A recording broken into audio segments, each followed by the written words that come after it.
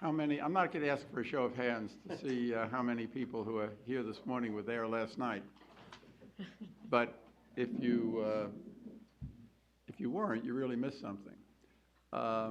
And we haven't done this before, really followed up a Lipset lecture the next morning with a discussion of what, to touch on what the Lipset lecturer spoke about.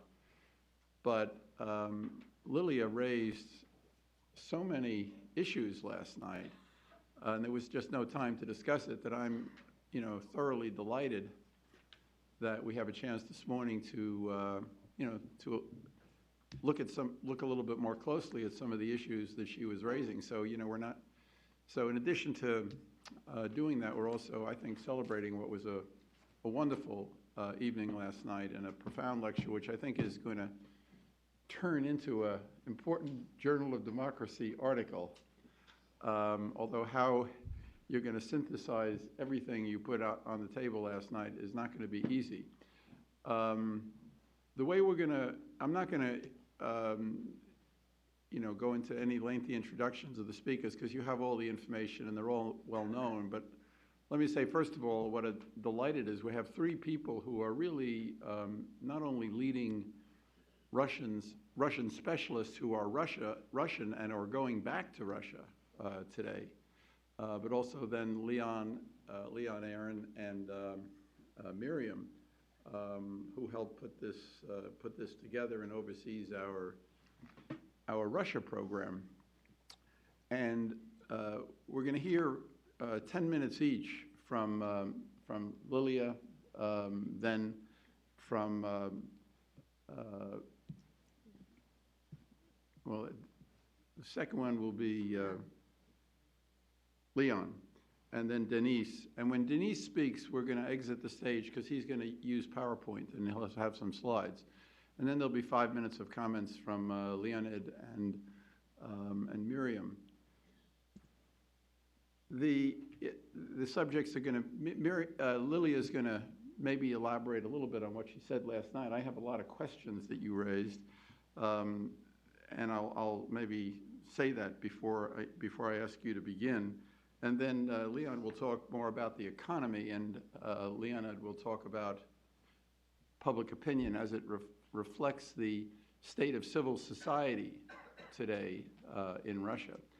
I mean, last night in Lilia's lecture, I mean, she raised a number of points about the personalistic power of the Russian regime, the territorially integrated empire, which consolidates all the resources in the hands of the personalist power, the militarized state, and so forth.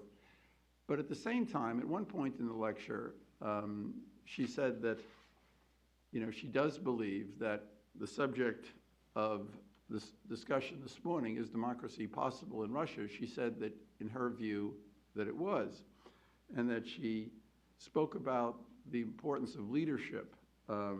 She used the term political engineering, but I think what she meant by that was more people who are committed to subordinating the state to the rule of law, acting in a leadership capacity to do so.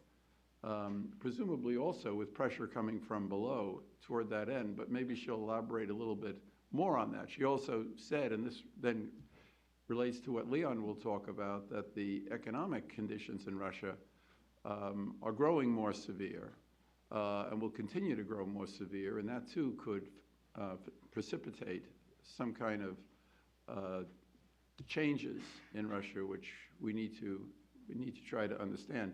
One of the, I thought one of the interesting points last night in the meeting was when Leonid asked Lilia for a memo on what to do, and Lilia said it would be very good for him as a politician to produce a memo on what to do. But perhaps we'll have some exchange on that this morning. So let's begin by hearing from Lilia. She can maybe give us some further and final reflections on her thoughts on, she was talking about the decay last night, and now here we're talking about what the possibilities are for something positive to emerge from the Russian situation. So we'll have 10 minutes from each of the speakers. We'll exit the stage when Denise speaks, and then we'll come back and have the comments, and then we'll open it up to discussion. Lilia. Yeah? Okay. Well, thank you, Carl. And I have to admit that I'm in a very complicated situation. I hate to repeat myself, but the problem is that I can't change the topic of our discussion. It's still Russia. It's still Russia in the world, and it's partly Ukraine, and it's the problem of decay, degradation, agony, leadership, survival, resilience, durability. So, well, the same problems. I will try to follow Miriam's plan and order, and I will try at least indirectly to respond to some of the questions and issues posed by Carl, although yesterday I said absolutely candidly, and I repeat today, we are in Russia and in the world in the midst of the unfolding history. And it's very difficult to find the final responses to many questions and to many challenges, internal in Russia and external, that have emerged during the last year and a half. That's why it would be presumptuous, it would be too cocky on my part to pretend that I have the answers, and especially the answers regarding the positive part. What should we do in Russia and outside of Russia to help it, continue its decay, its agony, to help the crisis? Because in fact, we are in a kind of a trap. Nothing positive could emerge in Russia without a deep crisis, unfolding crisis, social, economic, political crisis. So do we need to help the crisis to unfold? Or should we somewhere stop the crisis? Because crisis means unraveling of the fabric, unraveling of the state. And does the endowment for democracy, National Endowment for Democracy, could take this ambitious goal, help Russia to unravel? Well, so there are many questions like that. But let me start. It's very difficult to give due to Russia in a mere, 10, 20 minutes, days. So I will start with a summary. And the summary could be the following. We observe now really drama of geopolitical and civilization dimension. Drama when the system of personalist power inherited from the 16th century is trying to reproduce itself, and already demonstrating the limitations of its resilience, of its durability, and at the same time demonstrating amazing ability to adapt. Yes, the Russian system of personal power cannot respond, cannot face internal and external challenges. According to Toynbee, it is doomed to collapse, to unravel, to go down in flames. And still, it has already made several reincarnations. In 1917, October Revolution. In 1991, the Russian system, has surfaced by dumping the former, state, the Soviet Union. And now again, we see the new attempt of the system to change its face, to change its wrappings, to change its head, to change its psychology, philosophy, doctrine, and, to reproduce itself. And tactical gains that the Russian system is now achieving, tactical gains definitely, because, even in Ukraine, it has tactical gains. Tactical gains could be a kind of foreboding, because, it cannot solve the essential, fundamental, systemic problems that have been piling. And these gains, its tactical victories, could be already the guarantee of strategic disaster. And only 2 points, or maybe 1 point with sub-points. Again, according to Carl and Miriam's structural questions. What is new regarding this change of hats? So how Putin's regime during the last couple of years has renovated itself. What is new? and what is old, what is continuity. So before 2012, and at least before 2013, we could say that the Russian regime of personalized power, with its leadership, with its entrenched interests, with its, the whole package of mythology, of means, of instruments, well, whatever that supports it, well, was based on one pillar, or on one premise, I would say.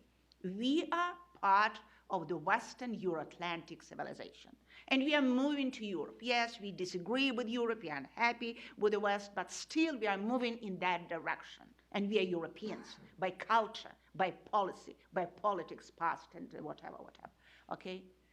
Starting with 2012, 2013, the Kremlin has elaborated a new doctrine of survival, which is based on a totally different premise. So Russia is not part of the West. Russia is not imitating the West anymore. Russia is not pretending to be cooperative, to be partnership for modernization, the EU and German idea. Well, but Russia is different. Russia is unique. Russia is containing the West, within Russia and outside of Russia, okay? Russia as the alternative to the Western civilization. Russia as antithesis to the West.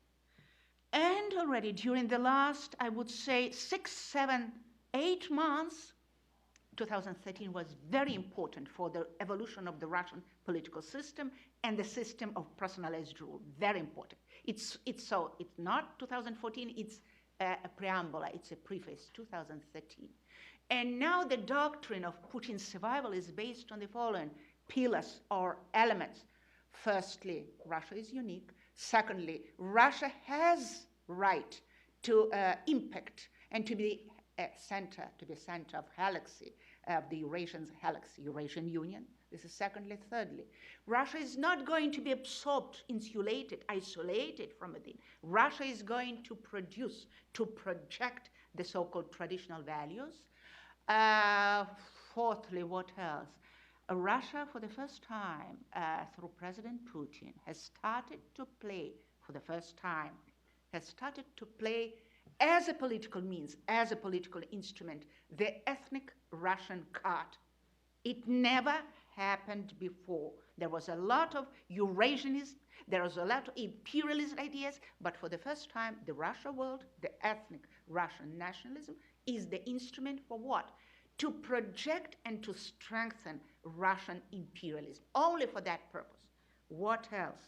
And very fresh, very new, Putin's idea, which demonstrates desperation, on the part of the Russian political class and the Russian political leader, when they're looking for new ways to justify themselves, to legitimize themselves. The new idea produced at the Valdai Forum, when Putin, for the first time, said the following: we are not satisfied with the current situation, but we are not satisfied with the whole situation of the 20 years and with the whole system.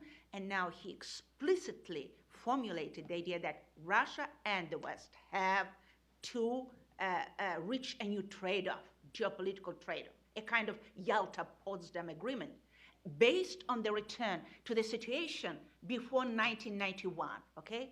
That's a revelation. That's, in fact, at least theoretically, it's overhaul of the whole system of global, legal, international network, okay?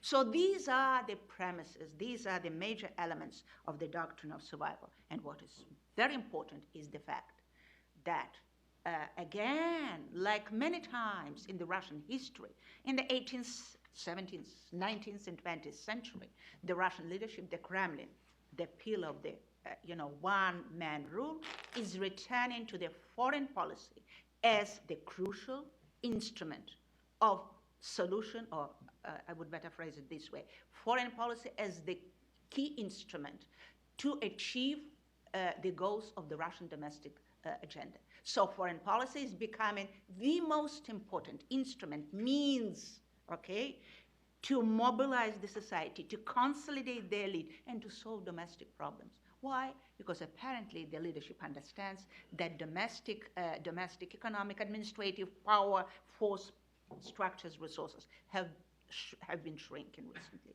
But the fact that the leadership is addressing foreign policy, is going to play broadly across the spectrum of the global international scene, makes Russia's fight for its survival, or Russian political system survival, it makes the global challenge. And I would say the last thing, also somehow connected to the evolution of the Putin's regime. What we have now the attempt, and I'm looking at Chris because, well, he gave me a lot of thoughts about this new political engineering of the Kremlin when, you wrote about media, impact, etc. So Russia today is probably one of the most effective means of the international propaganda. I forgot how many clicks they have a day, according to the British Broadcasting Corporation information. It seems to me 1.2 million clicks. Well, billion. Come on, 1.2 billion clicks a day. Accumulative across the world. Can you imagine the power of this war propaganda? But at the same time, so this is new political savvy political technology. It's very deft. It's very skillful use of it. And at the same time, we see the reproduction of the very ancient model of consolidation based on the military patriotic idea. So again, Russia is returning back to Peter the Great, to Stalin. We had in the Russian history twice the really successful military patriotic mobilizations, Peter the Great and Stalin. And the problem is that every time Russia was reaching ascendancy, could I use the word ascendancy? Half a minute. After that, Russia had a problem to get out of that. So now the key challenge for Russia, for the system, for the leadership, for population, for us with learning, well, the key challenge is the following: how to find the ways to get out of the military patriotic mobilization. The leaders cannot, in fact, make it successful. The problem is how to get out, how to find the peaceful way out of the traditional form of the personalized power. And this is the key challenge. I have no positive response to your question, but it seems to me maybe in the end of the panel, we'll figure out something. We'll get to it. Okay, thank you. Thanks. Leon. Thank you very much. Thank you very much, Miriam, Carl, and Lilia. Miriam asked me to address the economic component of the current Russian situation in 10 minutes, but better yet, 7 or less. And that is fine with me. Let me explain to you why.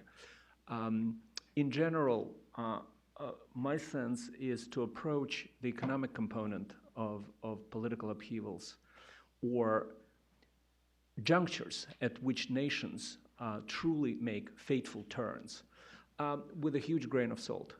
I think that regimes change drastically, regime rise and fall largely on the strength of the ruling elite conviction of how their countries should live, what they should aspire to, and on the strength of a politically active minority, and it's always a minority, sometimes even a tiny minority, on the strength of their perception of the moral soundness of the regime. I think this is how revolutions are made. This is how countries begin to move in whether positive or negative direction depends on particular situation. Now, fears, hopes, hatreds, the perceptions of national dignity, the perceptions of national identity invariably take the lead, and the economy is usually a second, sometimes even a distant second.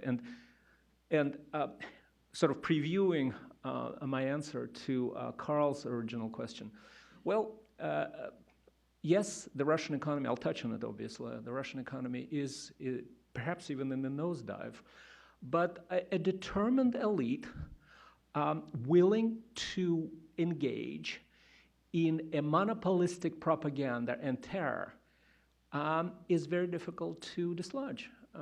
Witness Cuba, witness North Korea, witness Iraq under Saddam Hussein, and so on and so forth. We witnessed Stalin's Soviet Union.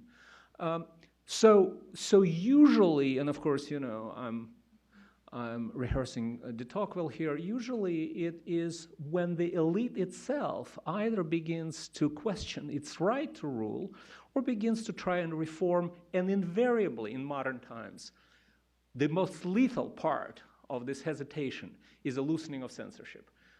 If anything, I think we're seeing the opposite in Russia. So in that regard, I would not look to the situation, certainly not in the short run, certainly not to sanctions, as something that might bring the,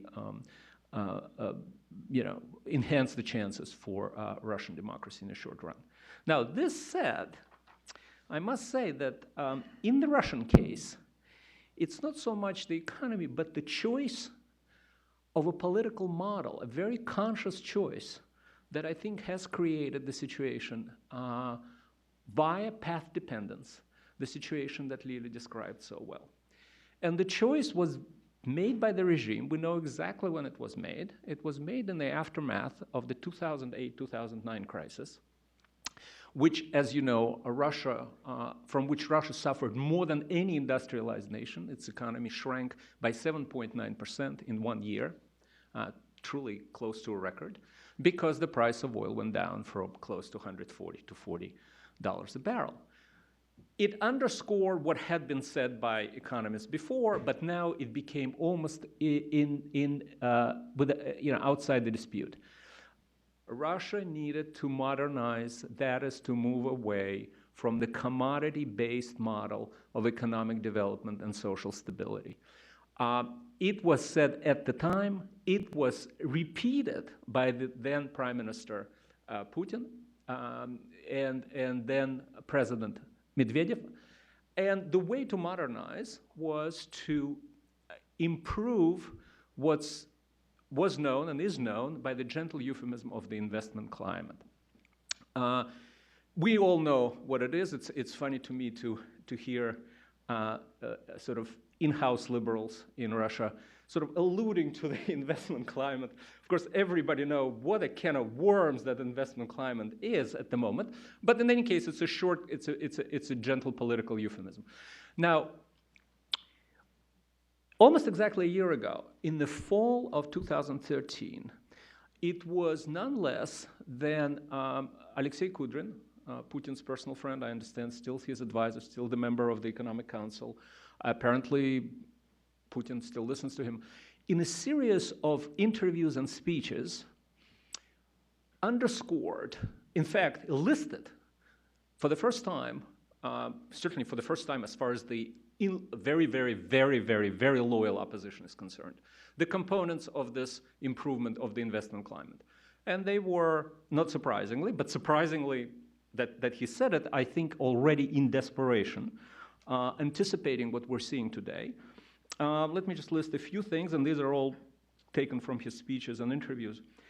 Independent courts and a legal system that guarantees property rights, competitive and free and fair elections, a substantial, freely operating and responsible political opposition as a permanent element of national politics, and of course state accountability to society. This is the choice which the leadership faced, and the leadership made a choice for the status quo. And I think this is where the road to Novorossiya started. I think this is where the road to there is no Russia without Putin started. And the political consequences of that were extremely swift. I don't need to, in this audience, to tell you that how with oil, at least still at the relatively high $110 a barrel, actually historically high, the economic growth year on year until, and of course I'm not including last few months, but I'm talking about 2012, 2011, 2013, went from 4.5 in 2010 to 1.3 in 2013, and here probably on the brink of a recession. And of course, this trend has intensified, but let me, with the 8% inflation, I think at least with the record high probably the only precedent, 2008-2009, a flight of capital, which is going to exceed $100 billion this year.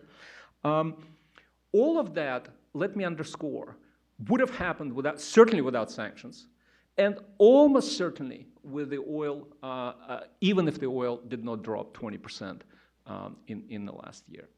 Now, what I think was particularly troubling to the regime is that the authorities, and of course Lilia is absolutely right, the sole legitimizing component of the present regime, and we know it from Levada Center, is Vladimir Putin himself.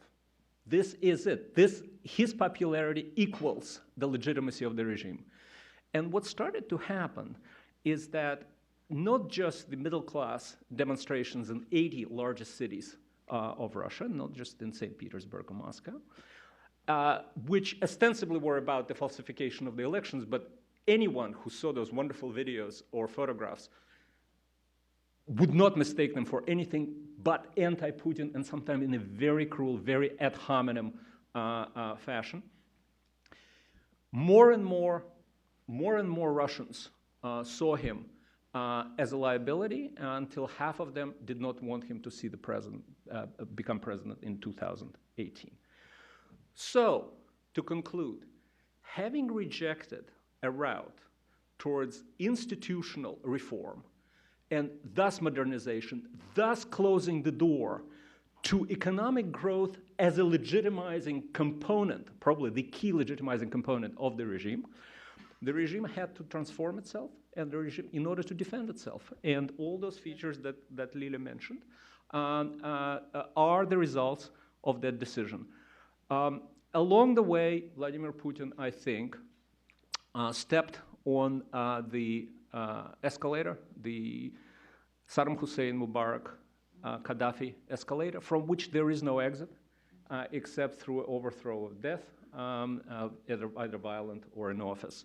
And like I said, this is where the route to Novorossiya started. Thank you. Okay, Denise, we're going to step down for a moment. Denise has 10 minutes with his slides to give us a sense of public attitude. Okay, sorry, I need to let you go for several minutes. Okay, my idea was just to briefly go through several slides, just to remind you main figures from our center. So this is approval rating of Vladimir Putin, which is, you see in March, April, rose considerably, 20% up. But it was not the only case when it done so, reached this maximum. It was also in 1999, 2003, 2008. I will go back to this a little bit later, just to see the effect this war with Ukraine and propaganda had on U.S. attitudes towards the United States. Just you see how, negative feelings rose in just in a couple of months. And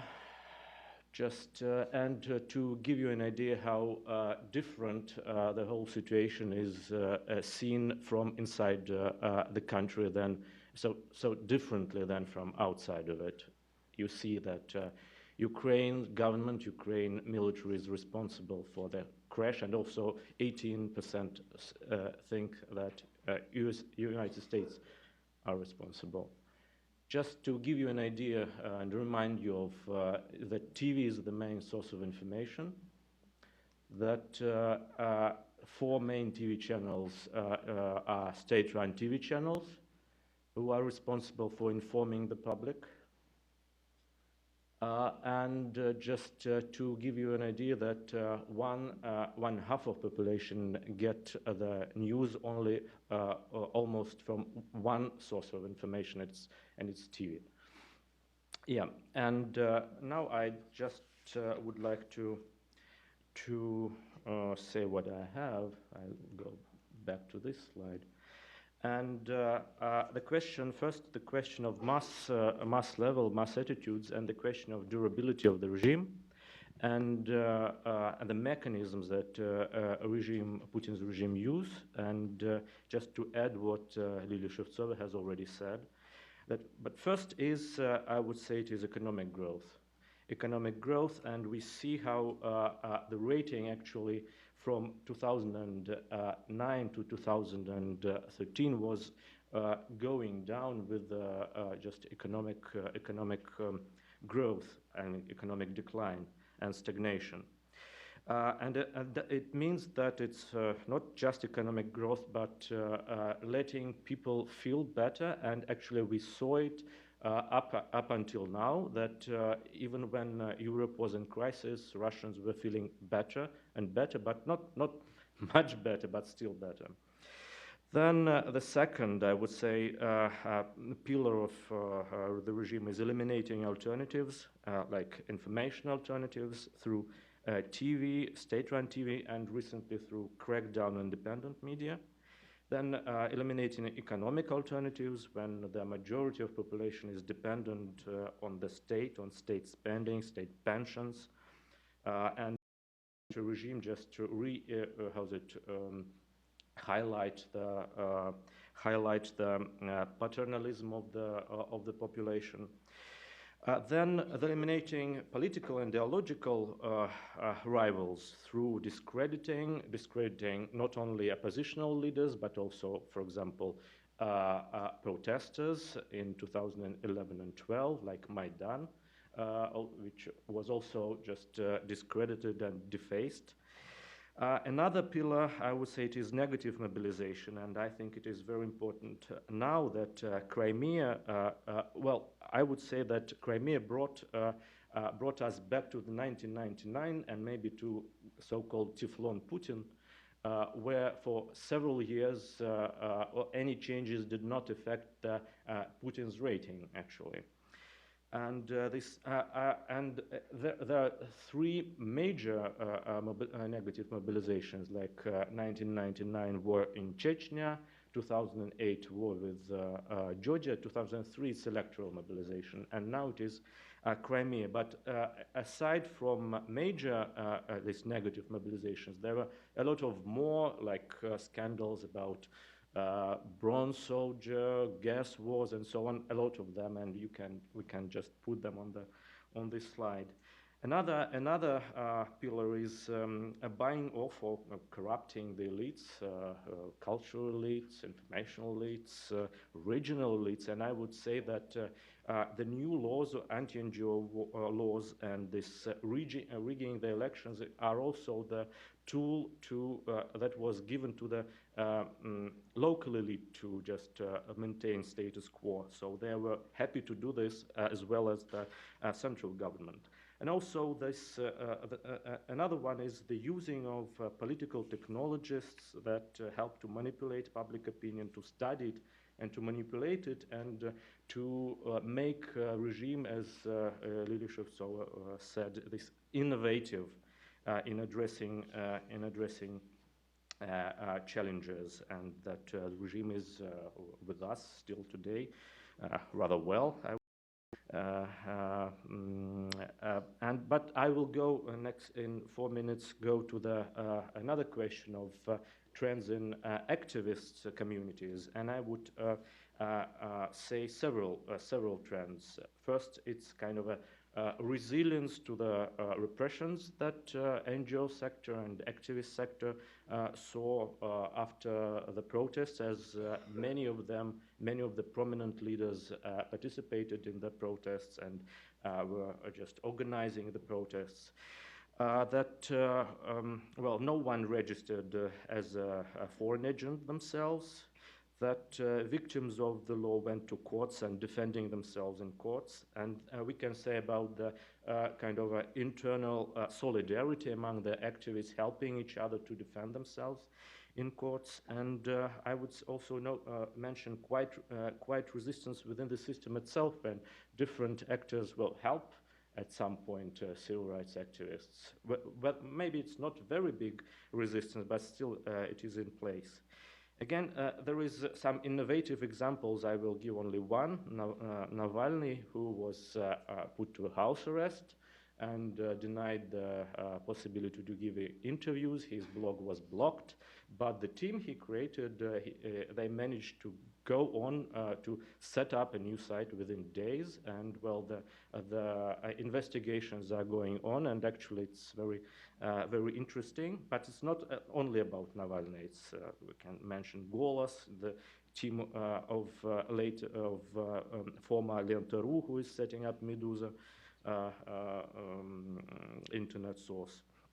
And I would also mention that the core of the rallies, those people who go to rallies in Moscow, it grew, and now it is the previous protest against the war with Ukraine gathered about 25,000 people in Moscow. And also mention three trends and end here. First, negative trend, which is, in relationships between the society and the state or power authorities. One is corruption, when activists confront the interests of those in the regime, and the political trend, this expediency to state power at any cost and to eliminate threats they have.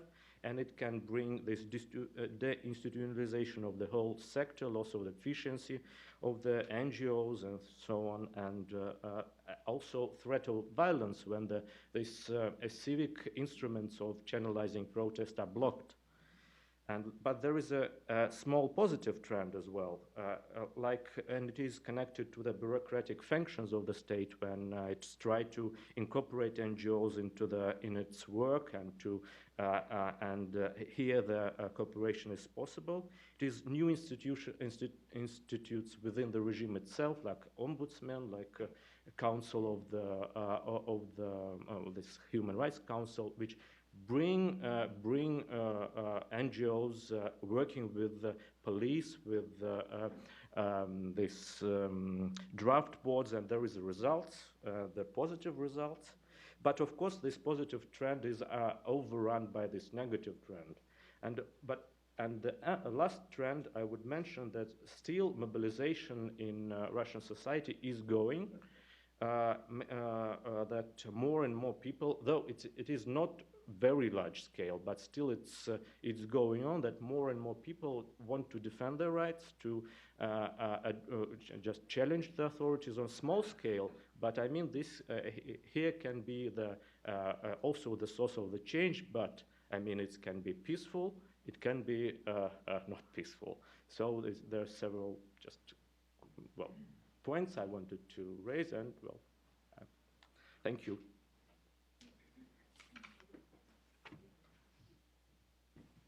Denise, one point, maybe just before we hear from Leonid, one point you could raise. Last night, Lilia questioned, how accurate these polls were, given the conditions in Russia, and what are people going to say when they're asked whether they support or oppose Putin? Okay, thank you very much for this question. Actually, yesterday I get back to my colleagues to check some things that Lilia said yesterday. Actually, we do not ask whether people are registered in this flat or not, and the personal information we ask, it is name, surname, and telephone. It is asked at the end of the questionnaire. Yeah, at the end of the questionnaire, at the end of the survey. And people are willing to give it. I mean, they're free to give it or not, but usually they do give.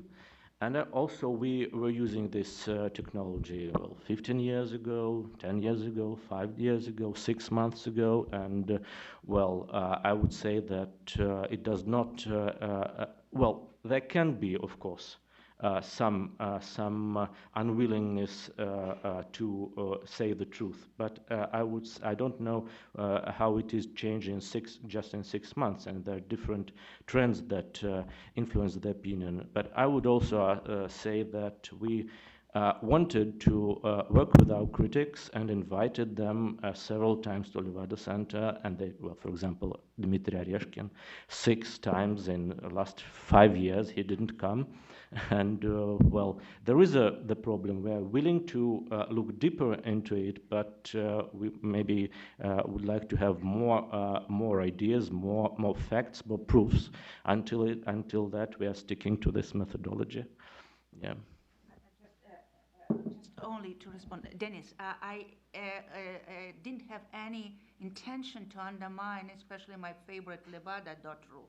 My idea is to raise a question: to what extent demoralized society, totally, well, the society that absolutely, especially after Krym-Nash, could respond adequately to the questions.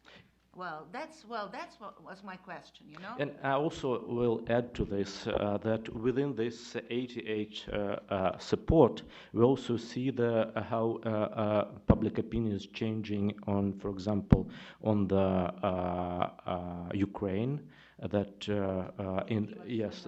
for example, in March, right after Crimea, 70% were ready to support the government if it walks into the eastern Ukraine. Now it's 40%, and maybe partly because of the help of civil society, who raised the issue of the cost of this intervention of Crimea, of this war, with these casualties going to Russia.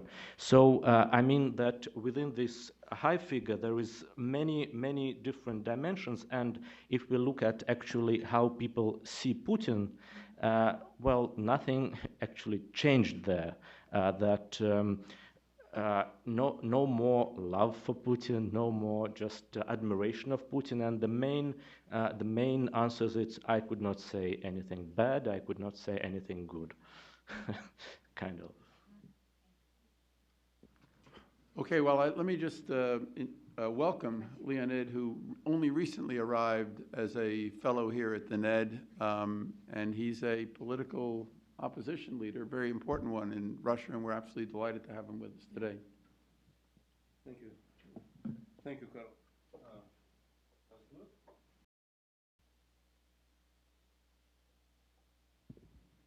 Okay. Thank you. Hi Tech. I'm from so strange country. We don't have microphones, and so on.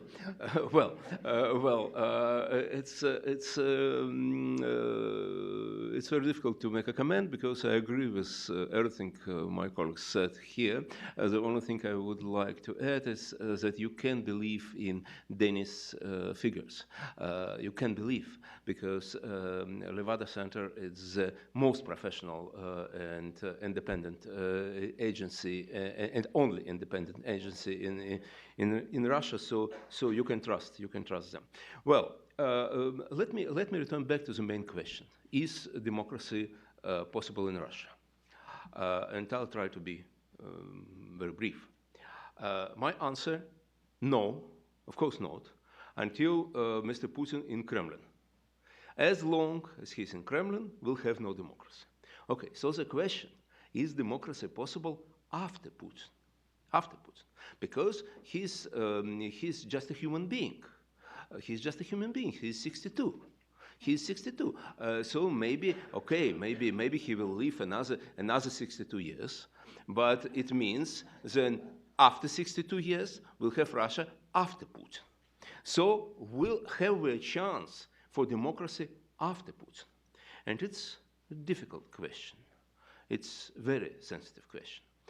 You must understand that radicals in Russia, it's very serious, and it's for a long period. It's serious.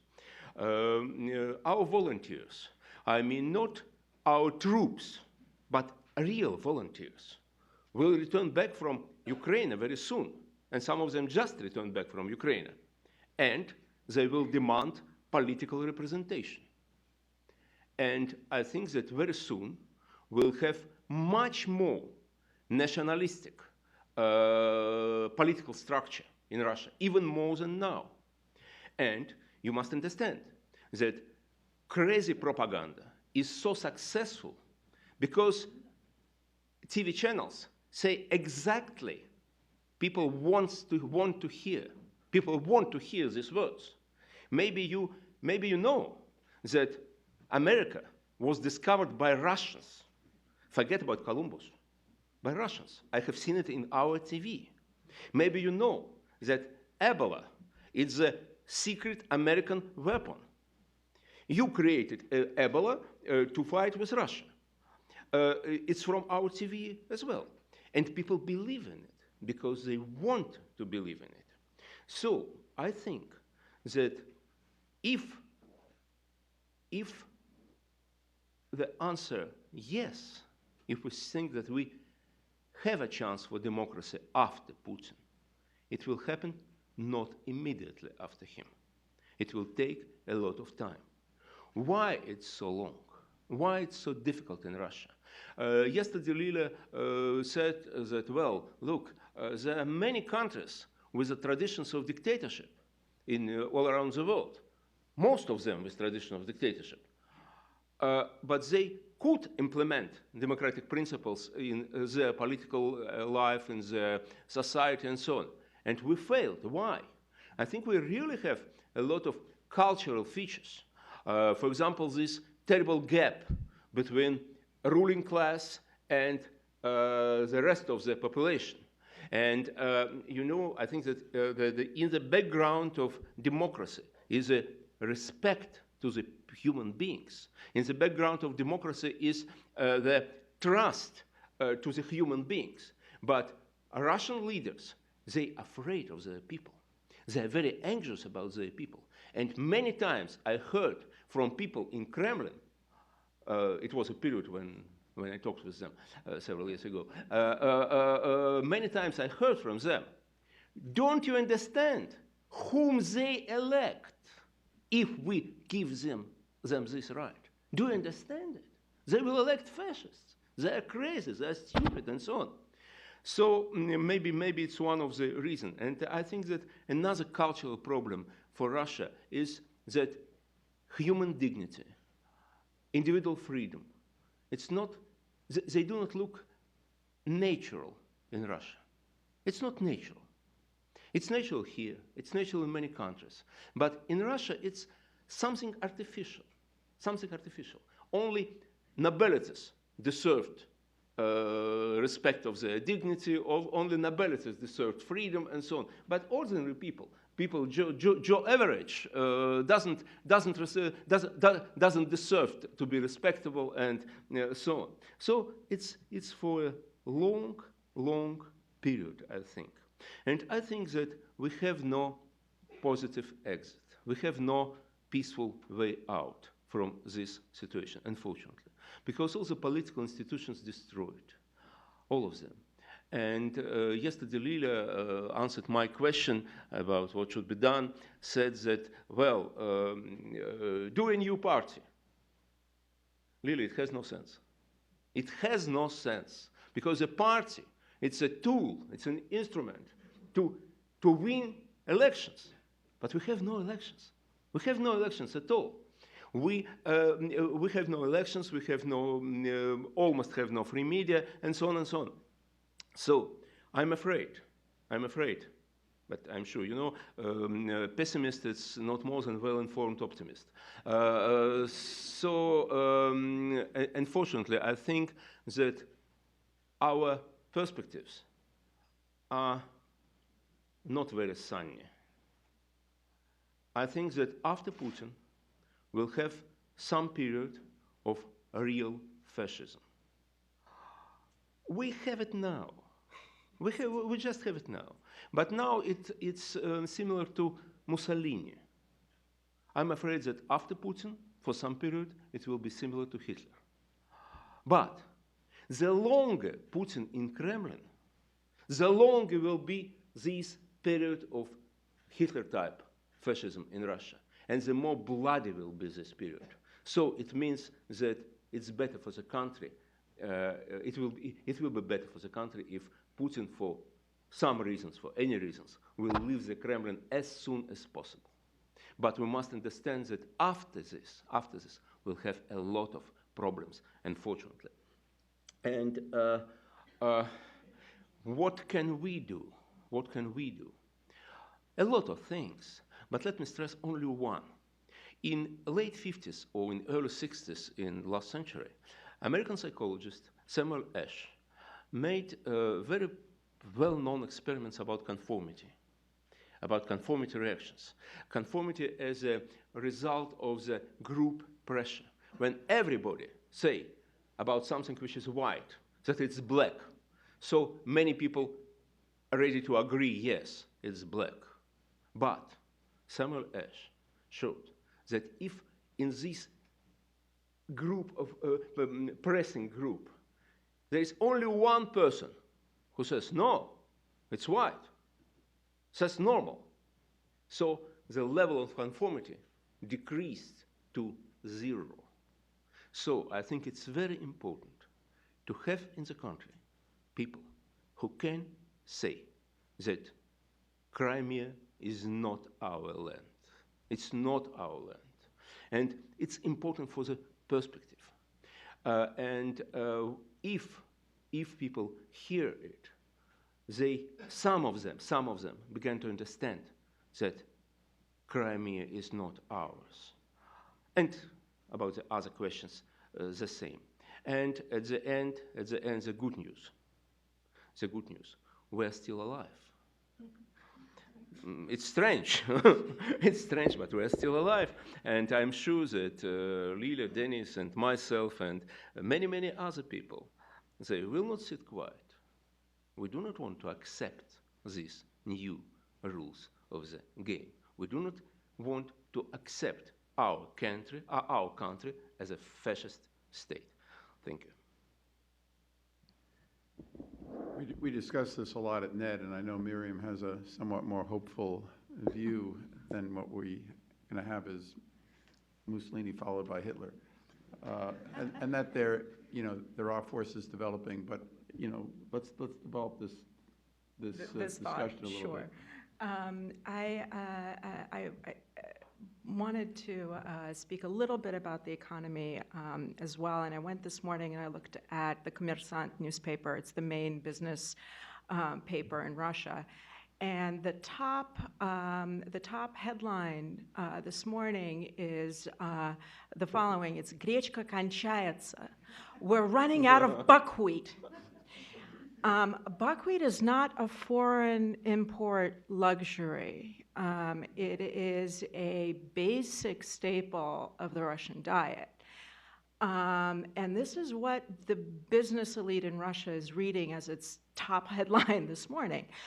There's apparently some sort of climactic reasons why the buckwheat harvest is bad this year, and prices are expected to rise.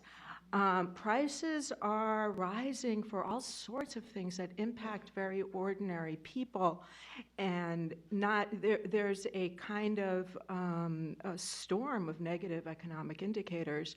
The Russian government spent almost $1 trying to prop up the ruble and then let it go beyond 40 rubles to the dollar.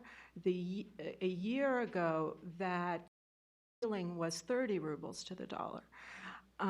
This really hits at all kinds of different segments. I'm not a professional economist. I can't really say who will feel what first and how exactly this plays out.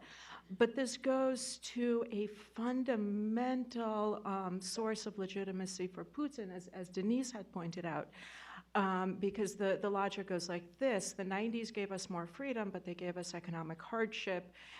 Putin brought stability, prosperity at the cost of political freedom. Well, political freedom is or different types of freedoms are disappearing, but so is that economic sense of economic security. What is being offered instead? And here's where I say that there's a kind of new contract being offered to Russia, which is you will suffer, but you will have great power status. And it's not clear to me that this is a durable, sustainable principle on which Russia can continue for a long time. The costs, again, there's different polling, but for instance, there was a poll that in terms of when people were asked directly, should should Russia invade Ukraine, 5% supported that. Russians do not think that Russia is at war in Ukraine. They have a completely different construct of what's actually going on there. I want to speak a little bit about civil society because this is kind of where my grounds for optimism are. We're coming on the 2nd anniversary of the Foreign Agents Law, and the Russian civil society showed a remarkable degree of resilience, of cohesion, of pushing back against this law. The law says that if you receive foreign funding and conduct political activity, you should register as a foreign agent. We would expect organizations such as Memorial, which basically said, in the terror, people were shot as foreign agents, and we're not going to sign up as foreign agents. And we might expect that from Memorial, but no civil assistance NGO, no charity for orphans, no social organization whatsoever was willing to do this. Legal assistance was key to this. There are 4 or 5 major organizations that were able to organize. First of all, you had these incredibly talented lawyers, and you had organizations that would work together and would challenge this in the courts. And they won. In some cases, they won. They didn't win all the time, but they would drag out appeals. And there were instances where local organizations, for instance, Youth Per Memorial, were found not to be foreign agents. In the end, the law did not work, and it was amended so that the Justice Ministry could simply add organizations to the list. And of course, the first ones that they went after are those legal assistance NGOs. So they're hitting, I would say that they've already shown by far more resilience than anybody would have expected 2 years ago. 2 years ago, people in the city, very influential people in the city, were saying, forget about Russian civil society, none of this is going to work, it's clearly unpopular, it's all going down, let's focus on exchanges instead. Well, look, it's 2 years, Flex was just closed, and Memorial has not been. So in the sense of making predictions, and very dire ones, I'm not sure that's relevant. Other people will say, okay, fine, so the Russian organizations, they stayed open, but all they can do is defend themselves, and they can't do anything else. And I would take a look at soldiers' mothers and what soldiers' mothers have been able to do over the last couple of months, which is publicize the fact of Russian servicemen fighting and dying in Ukraine.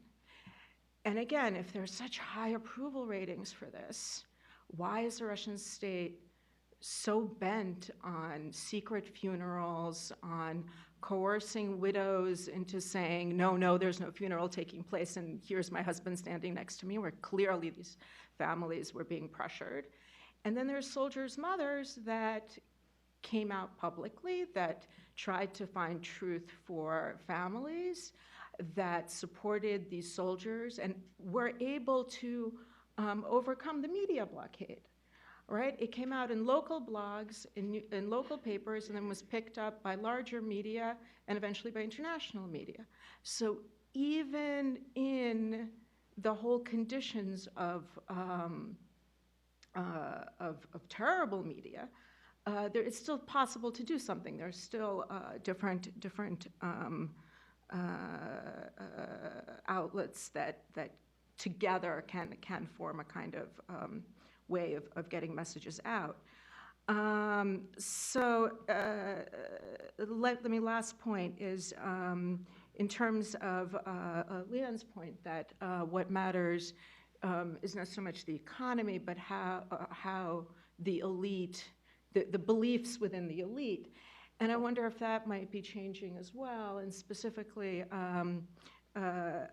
this recent case of Vladimir Yevtushenko, whose company was taken away, and he's a billionaire. He's being compared to Khodorkovsky in that but the crucial difference with Khodorkovsky is that he was not supporting the opposition. He wasn't playing with the opposition at all. It was just time for him to, and he was apparently just taken down by Sechin. So as this economy contracts, as people as an elite around Putin, is feeling a bite of sanctions, oil prices are going down and so forth, they have greater incentive to just grab a business from a businessman who's not in any way oppositional. So those calculations in the billionaire class are surely changing as scandals like Yevtushenkov's are playing out. And a final thought on sort of the optimism. Why do we have grounds for optimism?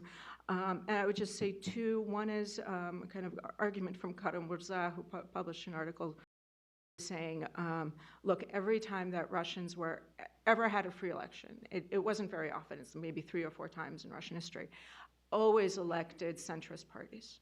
They've never, no fascist dictator has ever come to power in Russia through free elections. In 20th century and 19th century, 1905, sorry, it was always centrist parties. So this concept of that Russian people will elect anti-democratic candidates doesn't always bear out. And my second argument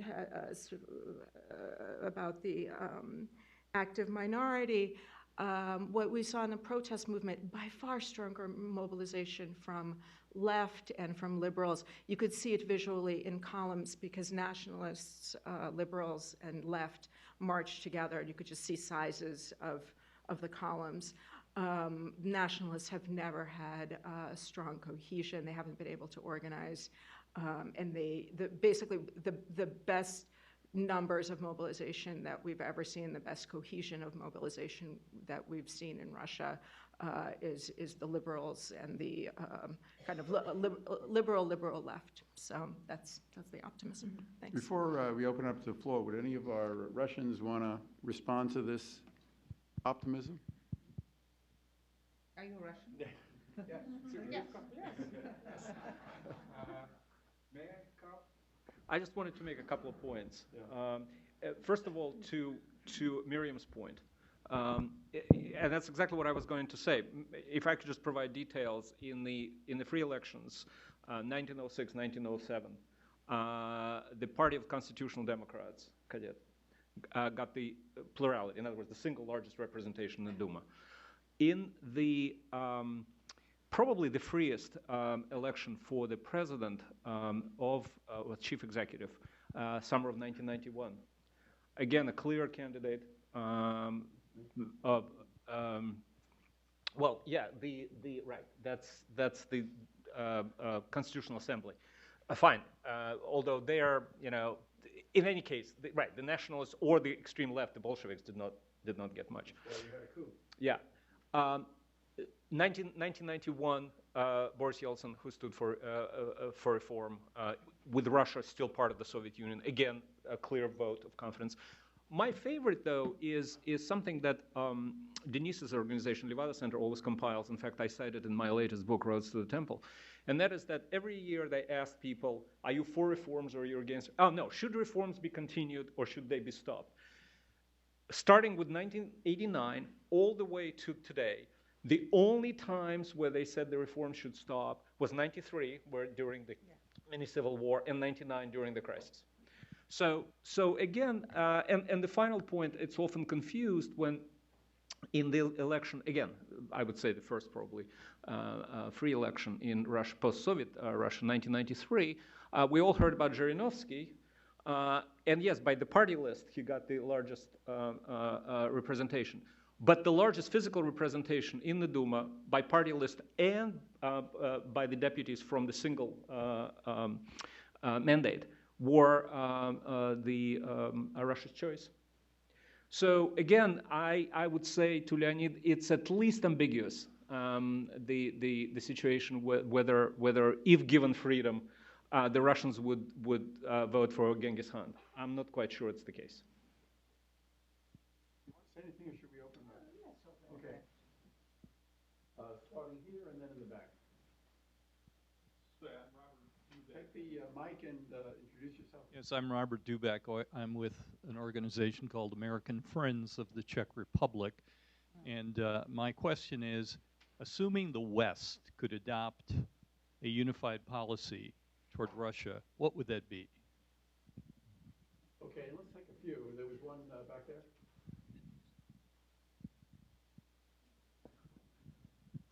Good morning, John Kunstadter, Redzima Photo.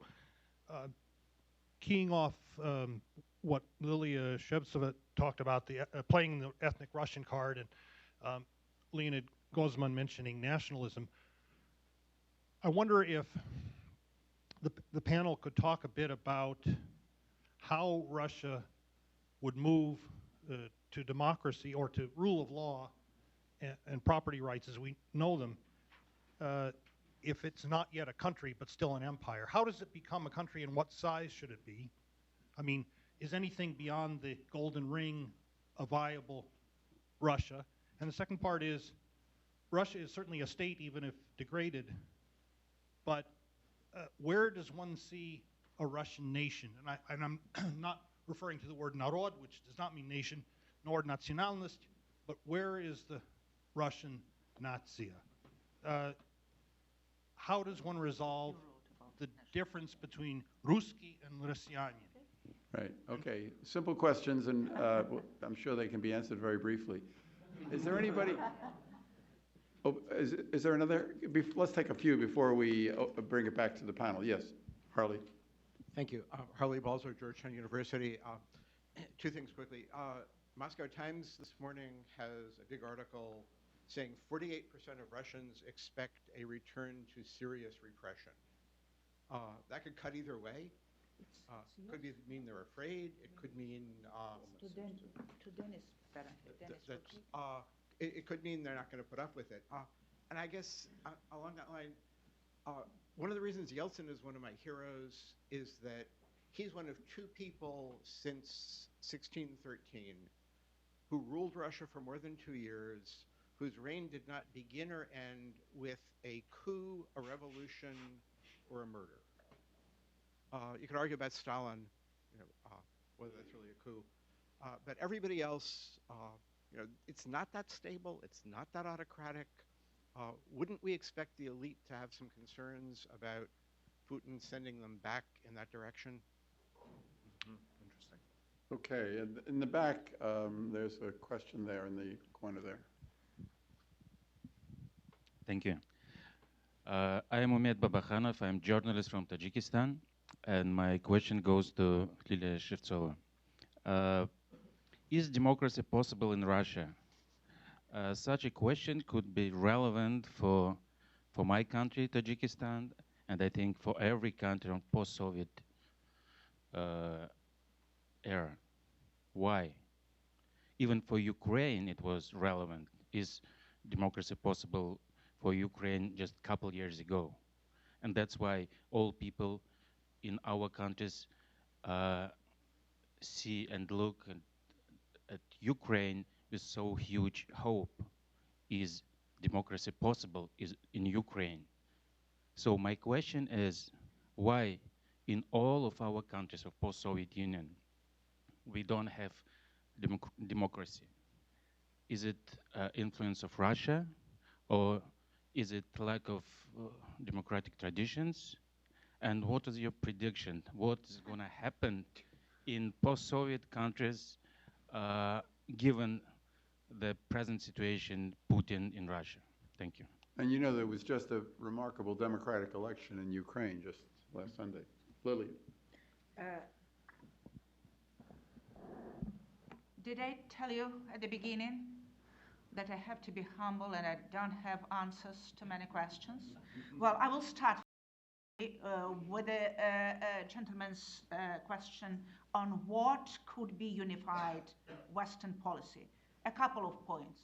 Firstly, I would advise the West to practice what the West preaches and start with the Western liberal democracy, overcoming the crisis within the key European powers, overcoming the crisis of the European Union, overcoming dysfunctionality of the American model of democracy. The fact that Russia and other transitional or non-transitional countries lost its trajectory. It's also part of the fact that the West has lost trajectory and possibility to be an example and the icon for us.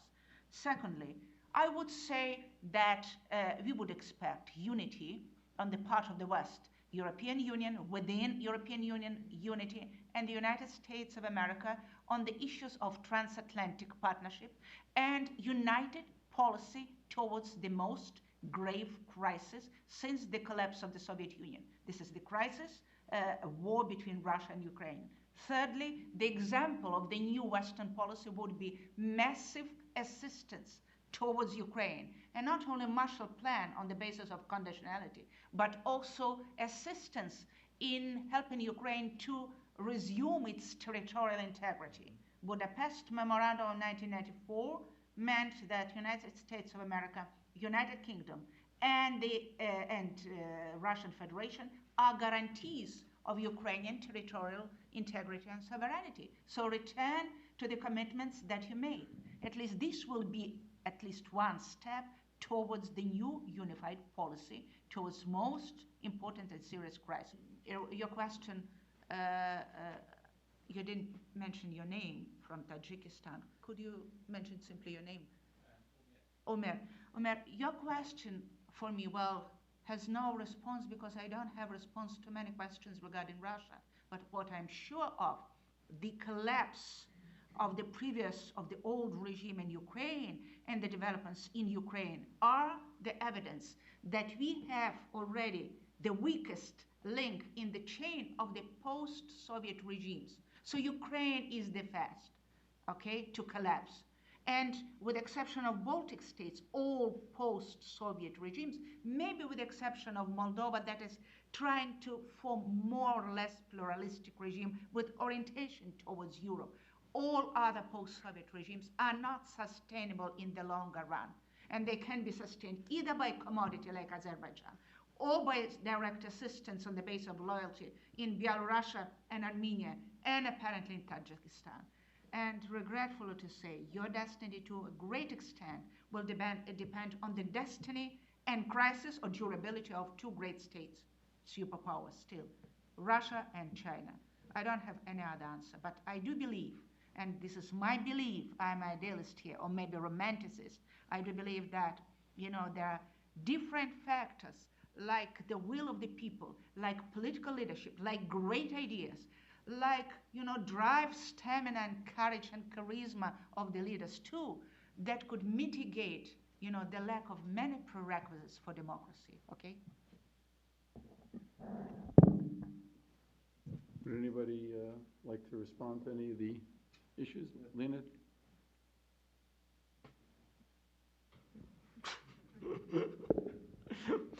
I'll try next time. It's very high in the country, because in Russia, because I do not see other way for them. Not because they are so bad guys. They are bad guys, but forget about it. They have no other way. They have no other way. They are trying to use the most archaic parts of the population as a group of support, and they're successful in it. I don't know about future elections. Yes, in the free elections, very rare free elections we had in Russian history, as it was said, radicals never won. But we have only several examples of free elections in all Russian history, and so I don't know how people will vote now. I don't know. I'm afraid many of them will vote for radicals. But it doesn't mean that we must prevent these elections. We must appreciate these elections, and then we must try to survive in these conditions, because as long as they postpone normal elections, the longer they postpone normal elections, the more terrible will be the period after Putin, the more terrible. So we must appreciate these elections, understanding that with a high level of probability, we will be defeated in these elections. Anyway, we need these elections. It's the only way for development for the country. And about the Western politics, President Obama has a lot of advisors, so I don't want to interfere. But I think that only one thing is very important.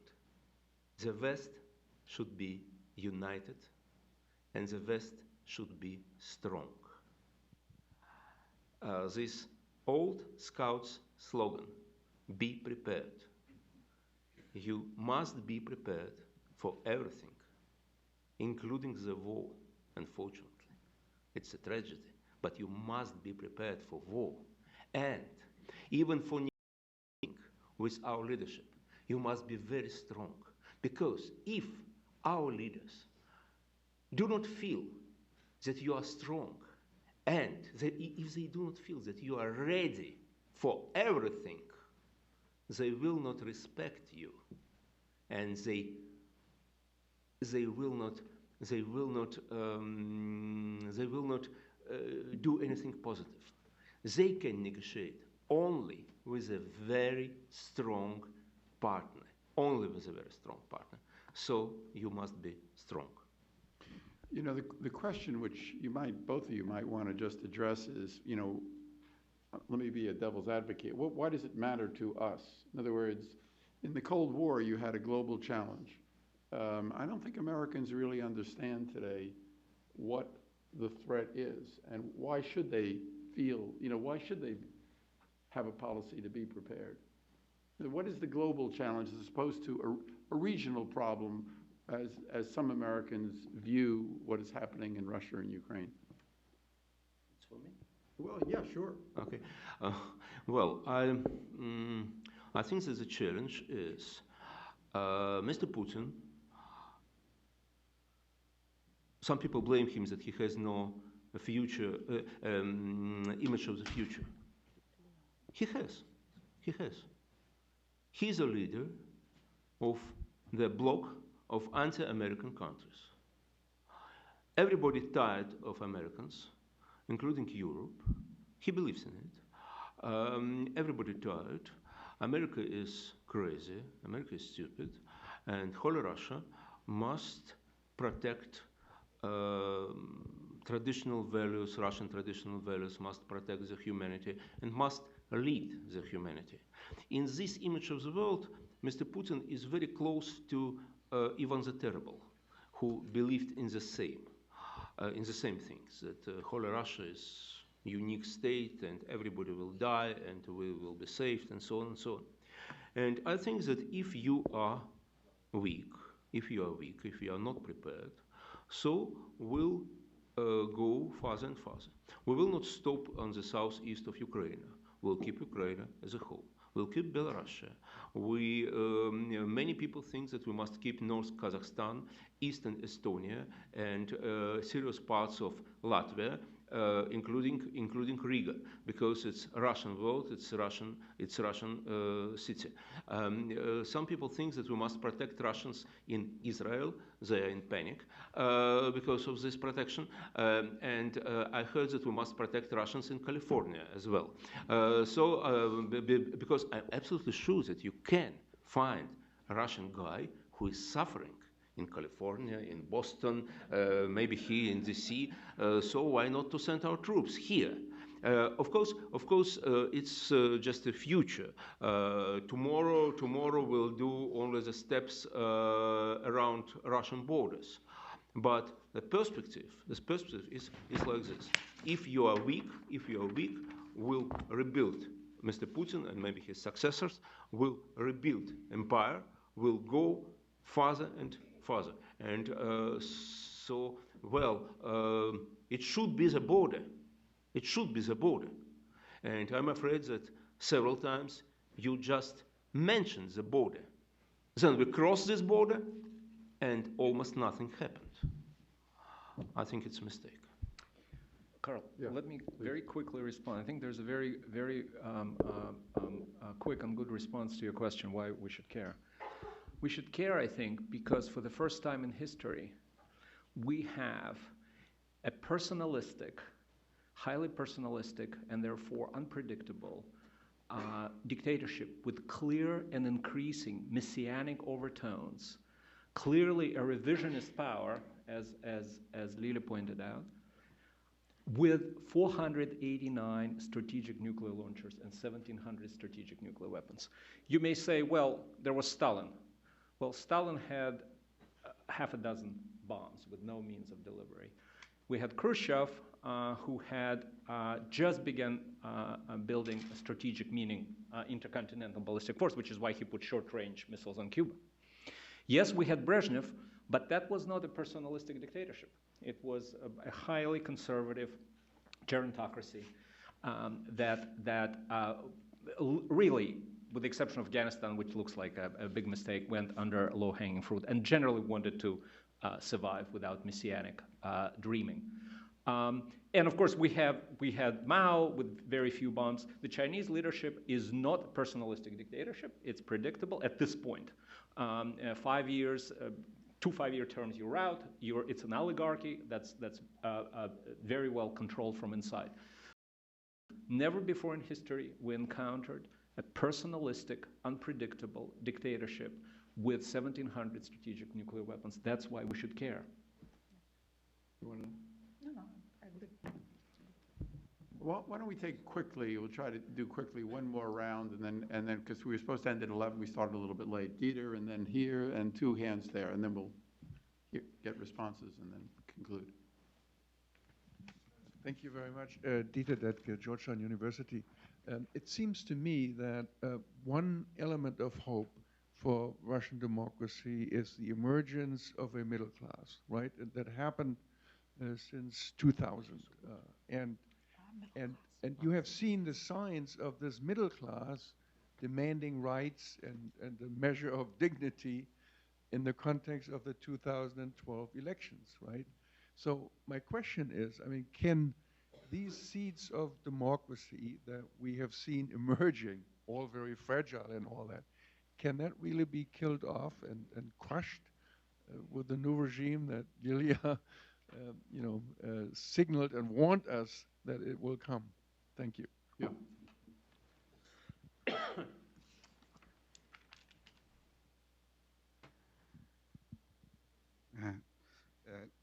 I'm a visiting fellow here at NAD. I'm from Azerbaijan. My question is, when during all of these discussions about Russia, I think one thing is always missing. It's church, Orthodox Church. In times of Grozny, he started with the church. Peter fought against the church.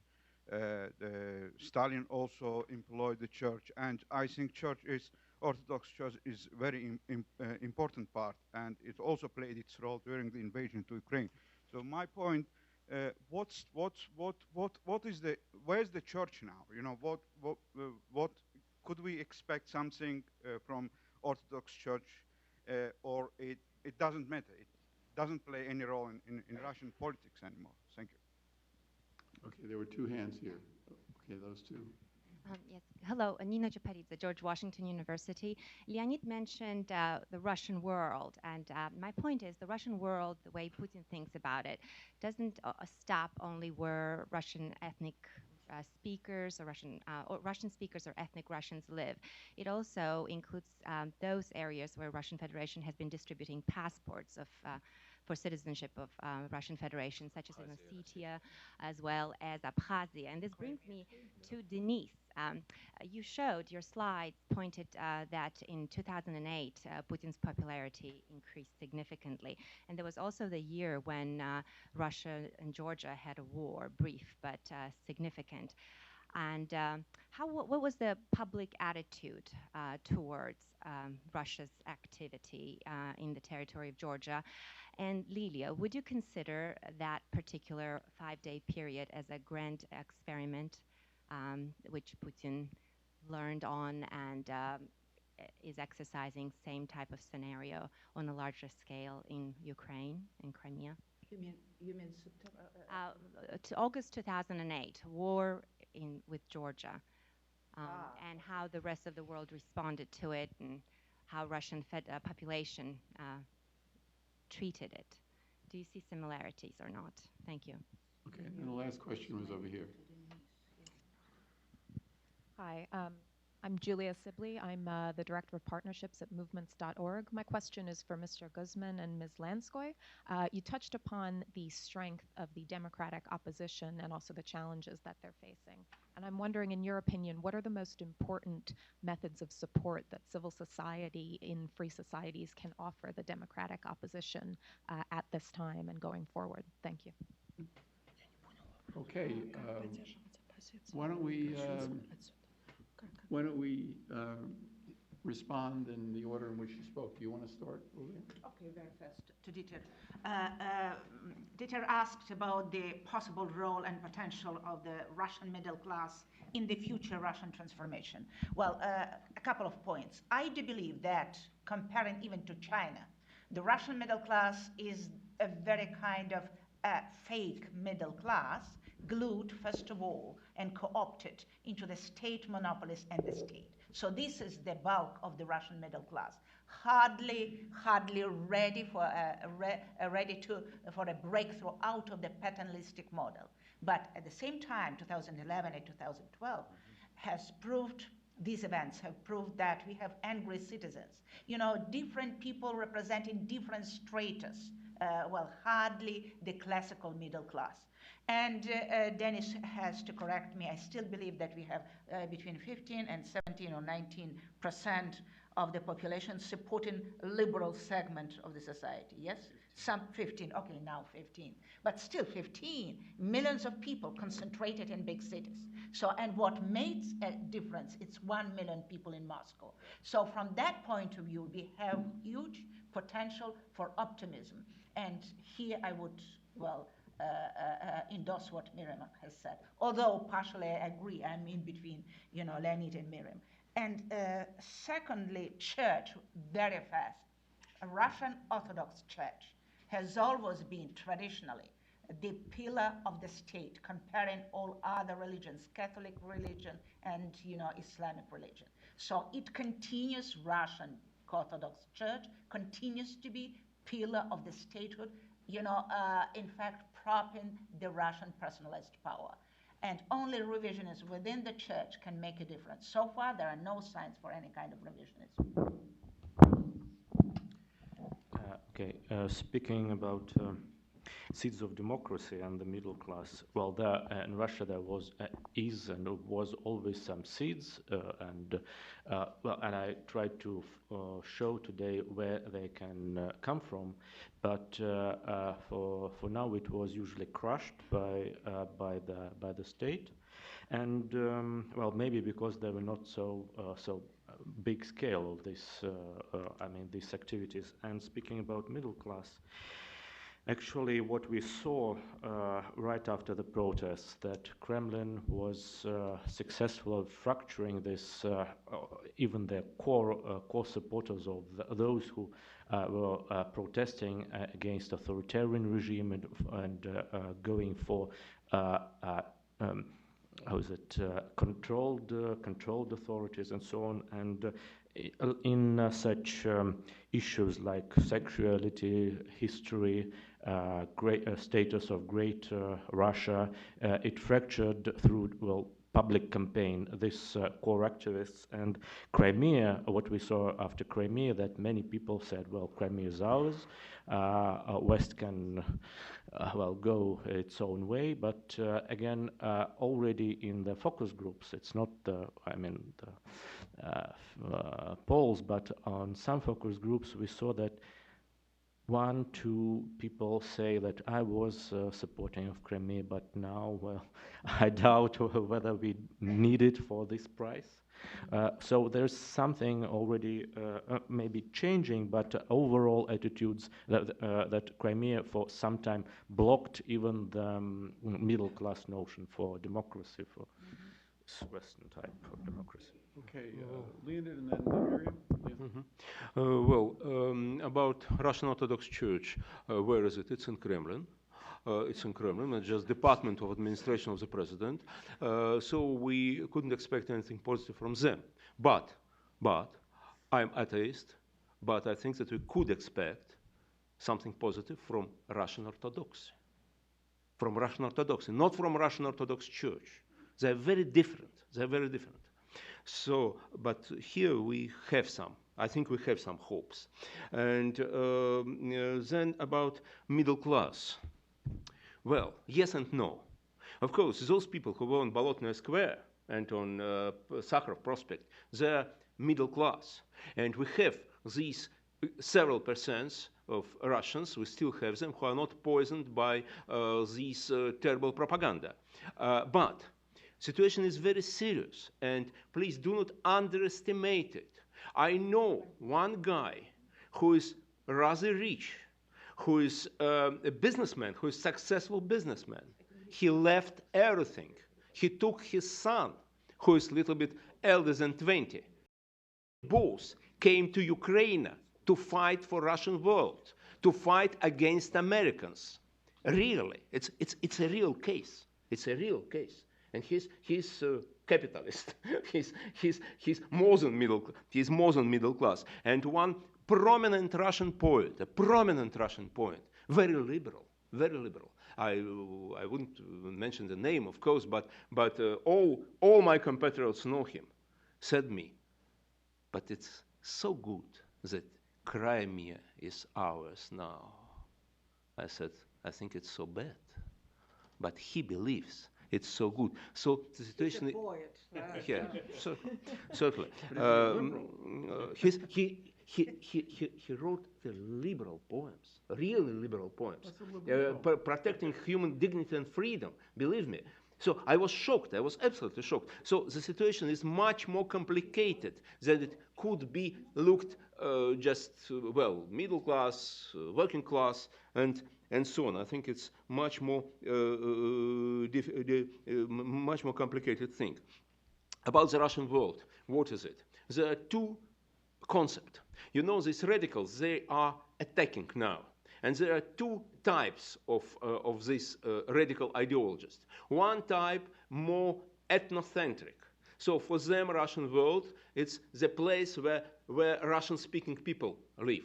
So it's Ukraine, Belarus, and so on. And of course, Latvia, part of Estonia, Kazakhstan, and so on. But the next wave thinks that Russian world and Russian land and the Russian right to do whatever we want is in all the territories where Russian soldiers were killed in the fighting for something good. Okay, so it's Polish, it's Poland, it's Austria, it's China. And Fort Ross is a Russian place. Of course, it's a Russian place. And Israel. So I think that Fort Ross it's only for the beginning. So there are two waves, two different directions of this, or two segments of this radical ideology. Then about the support of Russian opposition, I think that we need, as we need moral position inside the country, which is very important. When, 100 people say how they like Putin and that he is genius and so on, if we have only one, who can loudly say that it's not true, that it's dead end. So it's very important. It's very important for Russian future, not for tomorrow, but for day after tomorrow. The same about the support. I think you can do nothing inside Russia. Of course, it's our domain. It's our duty. But I think it's very important to give the moral support to those who are still independent in the country. And, of course, education. Of course, all the programs, exchange programs, which our government trying to close, you must support these programs from your side. I'll be happy to talk about details. And the last thing I would like to say, this support of Mr. Putin. It's a very interesting situation, and Denis said that it's a complicated thing. It's not so simple that everybody in love with Mr. Putin. Of course not. Of course not. Look, they support. And in his figures, it was in Denis' figures, it was very clear. People support the course of Mr. Putin. When you talk about his domestic politics, they are much more critical. They are much more critical, and they are ready to blame him in everything. Let me tell you one case, which is, I think, rather funny. I'm a psychologist in my background, so I believe in case even more than in figures. It was in 2011, before the protests on Bolotnaya Square, before the protests. I drove the car and I violated the traffic rules. I crossed 2 white lines. Well, the policeman stopped me. Well, I tried to persuade him that it's nothing, you can forgive me. He said no.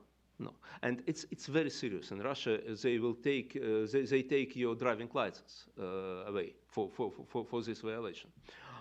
Or they will ask huge money as a bribe. I left the car. He said, the young police officer. He said, "Could I see you on TV?" I said, "Yes." "But you said something against United Russia. You criticized United Russia." I said, "Yes." "But you criticized the president." I didn't know what does it mean for me. Is it good or bad?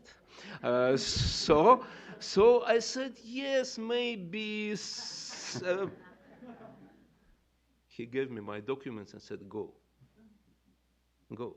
Look, he's a police officer. 99% said he doesn't like liberals. 99% that he doesn't like. 99% that he came from Russian province, and he doesn't like Moscow and those who live in Moscow. But if you're against Putin, the enemy of my enemy is my friend.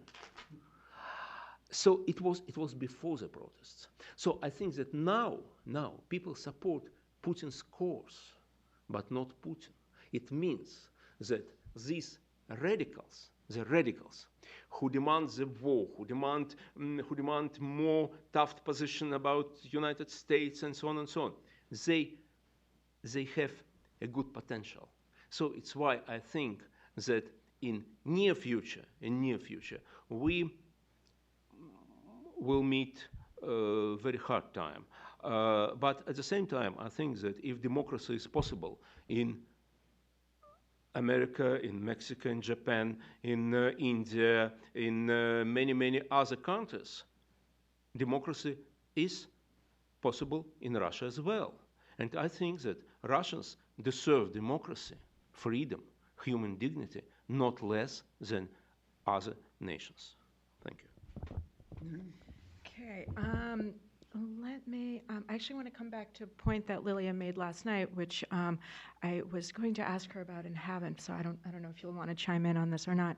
But Lilia said that last night that Russia didn't become a democracy in the 90s because of its elite and because of its intellectual elite, which I found really provocative and interesting. And there are many different interpretations that I could give to that.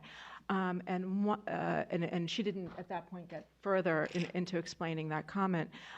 So to me, one of the real problems with the Russian intellectual, with this wonderful intelligentsia that in so many is so rich and is admired for so many reasons, but it's precisely its continued imperialist notions. I think would be one of them. And I want to pick up the question on Georgia. I think there are lots of wonderful Russian poets who unfortunately remained rather imperialist in their views. When the Soviet Union collapsed, there was a kind of assumption that it would regather the lands. Right now, we're too weak to do it, but we will find covert methods of doing that in Abkhazia, South Ossetia, and Nagorno-Karabakh, Transnistria, were covert, sponsored by Russia secessionist movements, meant to deny, it was a strategy of strategic denial so that states in Russia's periphery would not transition to a more Western model. Now, that was the 90s when Russia was weak. As it became stronger, the methods became more overt. So we saw the war against Georgia in 2008 and the war in Ukraine this year. So I think there's a change in methods. The language is much more overt, but a kind of dedication to empire, even among liberals, unfortunately, is there. And that is something, you know, I agree that there's need to completely brush away the danger of nationalism and of kind of imperial thoughts. On how we can support opposition and civil society, I think one of the thoughts is that we should be focusing on states in Russia's periphery more. That we should not be exclusively focused on Ukraine and even on Russia right now, but Georgia, Azerbaijan, Armenia, Kyrgyzstan, Kazakhstan, extremely important to show that those relationships are important to us, that democracy there is, because Russia is making very deliberate policies there. Russian media is the engine of the attitudes and so forth, and Russian language media expanding, RFE-RL and so forth, is something that we can do. Support for Russian civil society of many different types, all kinds of programs and so forth. And of course solidarity, and I think things that Leonid had said, the importance of showing, you know, what is actually true, showing the alternative, and showing that the West does have values and does have certain clear positions, and I think opportunities to show solidarity is also very important. You want to say anything? No, I agree. Okay.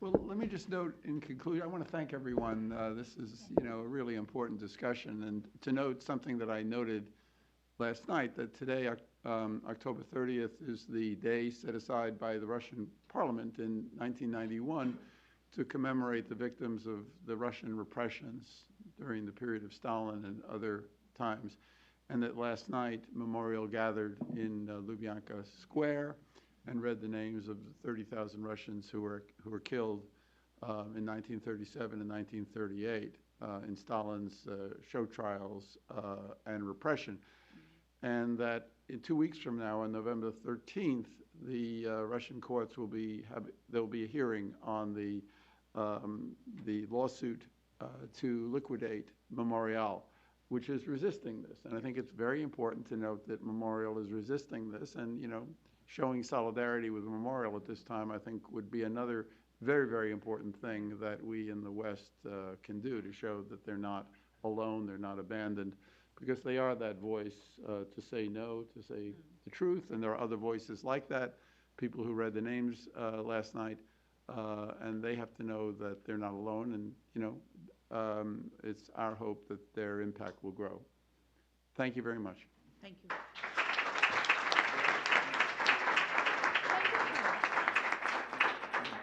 You did it.